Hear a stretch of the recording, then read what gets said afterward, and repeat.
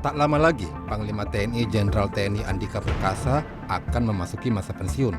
Calon penggantinya pun sudah dipilih oleh Presiden Joko Widodo. Meski demikian, hingga Jumat sore, siapa pengganti Jenderal Andika masih tanda tanya. Pasalnya, surat Presiden yang telah disiapkan baru akan dikirim pada 28 November nanti.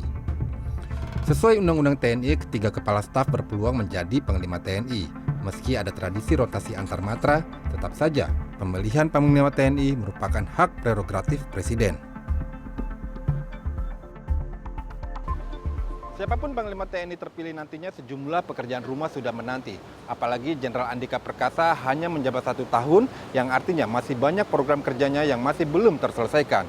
Dan repotnya lagi, 3 kepala staf sebagai calon Panglima TNI hanya memiliki masa bakti sekitar 1 tahun saja.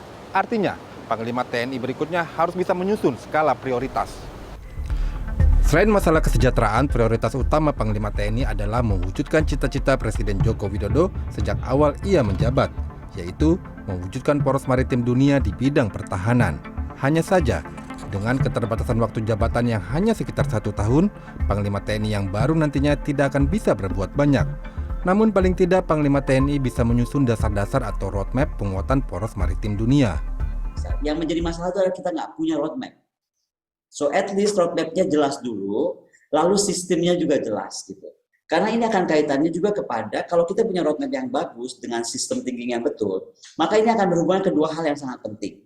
Apa? Belajar dari perang Rusia-Ukraina. Kekuatan industri pertahanan.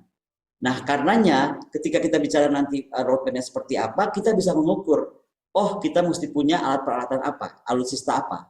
Nah, dari situ baru kita breakdown lagi, yang mana kita bisa bikin. Nah, jadi akan lebih jelas semuanya terstruktur gitu loh.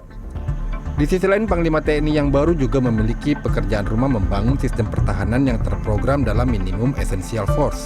Data hingga Maret 2021 menunjukkan capaian modernisasi alutsista TNI hanya sekitar 60%. Selain itu, Panglima TNI juga harus meningkatkan kesiapan persenjataan TNI.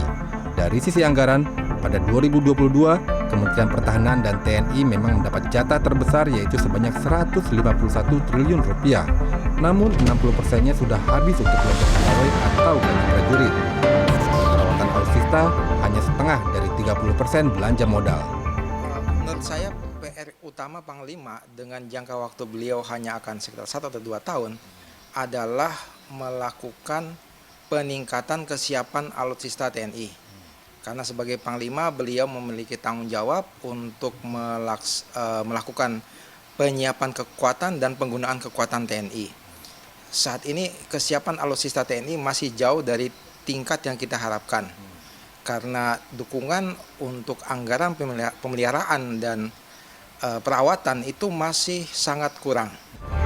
Panglima TNI juga harus bisa menjaga stabilitas keamanan negara, karena di tahun 2023 yang diprediksi semakin memanas suhu politiknya. Karena itu, tugas utama Panglima TNI tak lain tak bukan adalah tetap menjadikan TNI sebagai prajurit profesional, netral, dan dicintai rakyat. Iwan Hermawan, Kuncoro, Jakarta.